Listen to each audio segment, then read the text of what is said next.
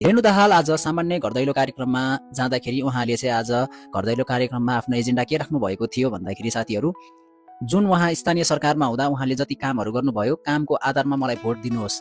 स्थानीय सरकारमा हुँदा त मैले यति धेरै काम गरेँ, यति धेरै काम गरेँ तपाईँहरूलाई देखाएँ भने सङ्घीय सरकारमा गएर पनि मैले तपाईँहरूलाई योभन्दा बढी काम गरेर देखाउन सक्छु, योभन्दा बढी काम गर्न सक्ने व्यक्ति हो म भनेर चाहिँ रेणु दाहालले आज घरदैलो कार्यक्रममा आफ्नो एजेन्डा राख्नु भएको छ। उहाँले भन्नुहुन्छ यो मेरो अधिकार हो पाउनुपर्ने, तपाईँहरूको मत चाहिँ सही ठाउँमा जानुपर्छ, तपाईँहरूको मत चाहिँ मलाई नै जानुपर्छ किनकि तपाईँहरूले मेरो काम देखिसक्नु भएको छ। त्यसैले चितवन क्षेत्र नम्बर 3 चाहिँ एकदमै धेरै कम्पिटिसन हुने देखिएको छ साथीहरू।